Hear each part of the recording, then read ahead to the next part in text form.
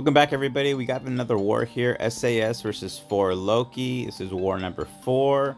And taking a look at the bans, they banned CGR, APOC, Torch, and Kingpin and Doom are banned. So let's get into it. So I have Captain America, Hood, and Guardian on my team, and different team than usual. And I have Hulkling on path 5. And so here I am. The goal is to stack hexes, so turn my bullets into hexes while still getting more hexes, and basically just kind of build them up. And when I throw my SB2 with a to get the protection down, then I'm going to drop a heavy and detonate them, and that is the plan. And I never use Hood. Really, I've just used him on my mini a few times. Kind of get used to him. I really love him. I love his detonation. I think his damage is great, especially for war. And he's just got a lot of cool mechanics. Like when you're fate sealed, their ability accuracy is lowered. So yeah, I mean, I'm just trying to play this safe. He's been on my R4 list, so I even debated R4ing him for today's fights, but I held off on that. I took a Hulkling boss with my mini the last war, and I'm like, you know what, I don't need to R4 him. That wasn't even a fully leveled R3, and I did it. So basically just slow and steady, and just here I could probably detonate, but I need the protection to go down.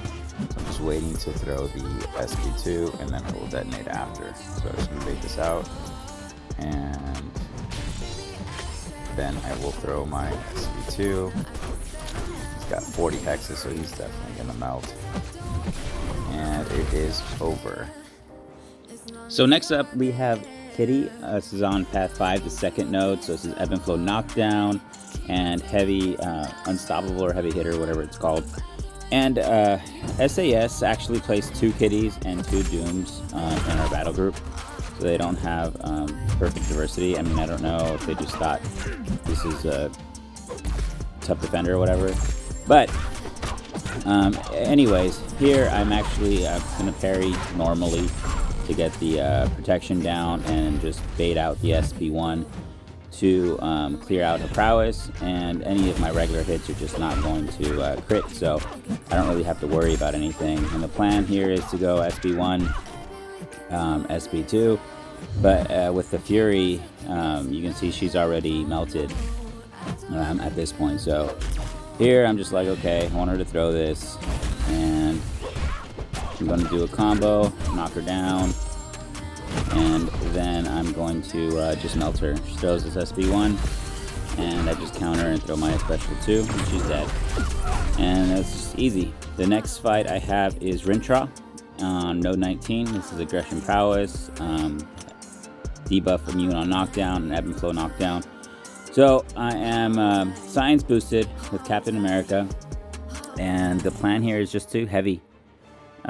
Just heavy basically, and throw my SB2 when the protection is down. Nothing really more to it. I'm not really too worried about the prowess building up, because it's Captain America, so I can glance a lot of it. The SB1 doesn't really hit that hard generally, so even with, I would say, 5 to 10 prowess, I don't think I would be in danger. This is my only Captain America fight, so I'm not really worried about it. So here, yeah, I'm just kind of baiting out this SB1, and I'm like, alright, just gotta throw it, and he does. So now I want to throw a heavy after the protection pops back up, just so I can get that back up. And right there I go a heavy into an SB2, and I could have thrown my SB3 here, but I wanted to, didn't have any kinetic charges, and I wanted to get the protection back up. So I got 2 charges, heavy charge into my SB3. With the Fury, it'll be more than enough for the kill.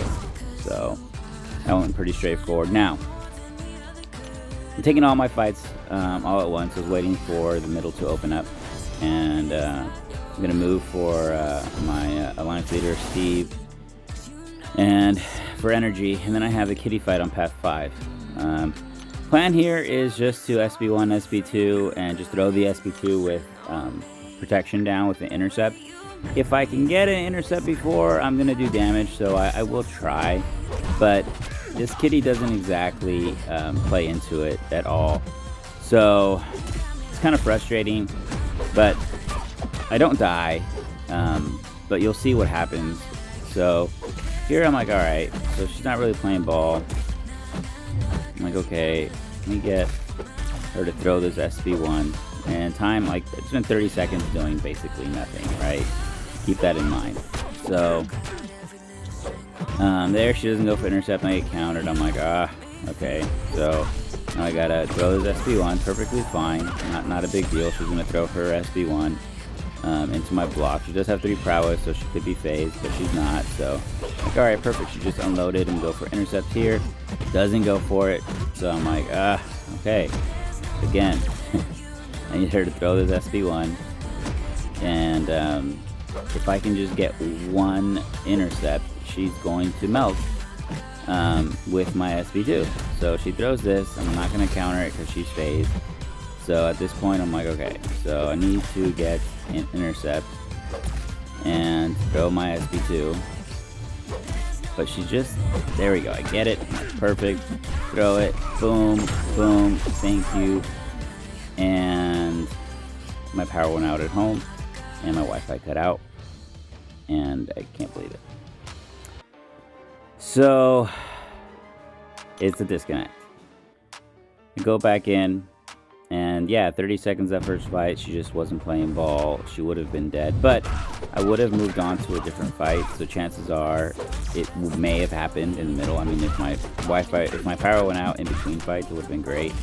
Then I just would have switched over to my regular phone service, but what can you do? So there I get an intercept to start, right? You can see she's already, has way more damage in the first 30 seconds than 30 seconds of the last fight. She's like half down. So I'm like, okay, I need to fade out this SB1 and throw my SB2. She's like, this AI is just miles better. I go for intercept, don't get it there. I'm like, alright. I'm debating right now if I can throw this SB2 into her protection, but I get the intercept and she's melted. Super frustrating. Super frustrating, but what can you do? So the next fight I have Killmonger.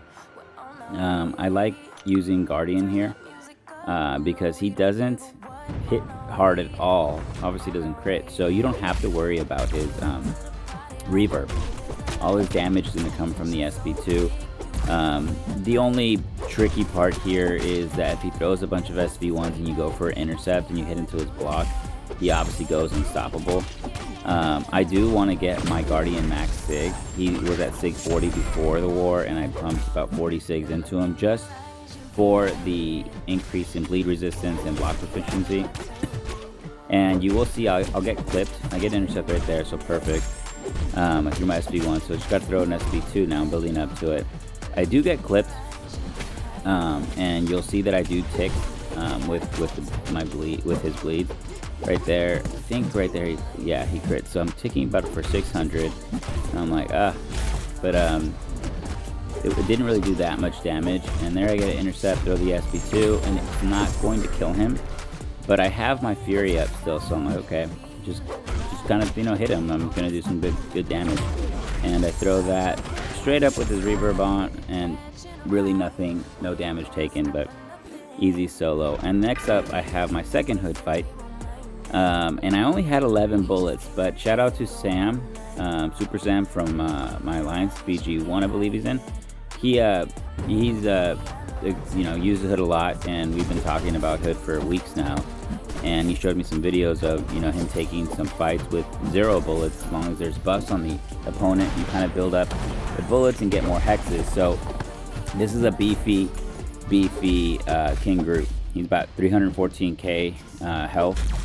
So I'm thinking, okay, I need to stack as many bullets as I can. And at that point, right here, I'm trying to wait for his Furies to come up so I can throw my SB2 and basically get more of them back.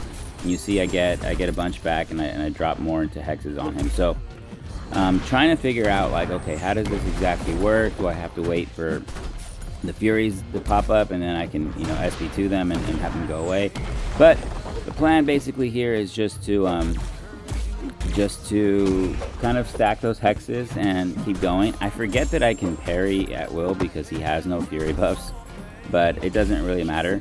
Here I'm down to 1 bullet, and I'm like, okay, I get 15 back, and I don't want to go to an SP3, so I'm like, all right, I got an SP2 intercept. I go invisible so I can throw my SP2, and I'm like, all right, perfect. So I'm back to 10, and I'm at 25 hexes with him. I'm like, you know what? I need to get him down to about 30%, because I think about 30 hexes will do about 100k.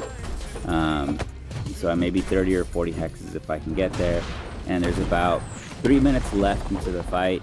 I want to intercept with an SP2 again here. When I Fate Seal him, he has reduced ability accuracy reduction, which means that Conduit has less likely of a chance to trigger.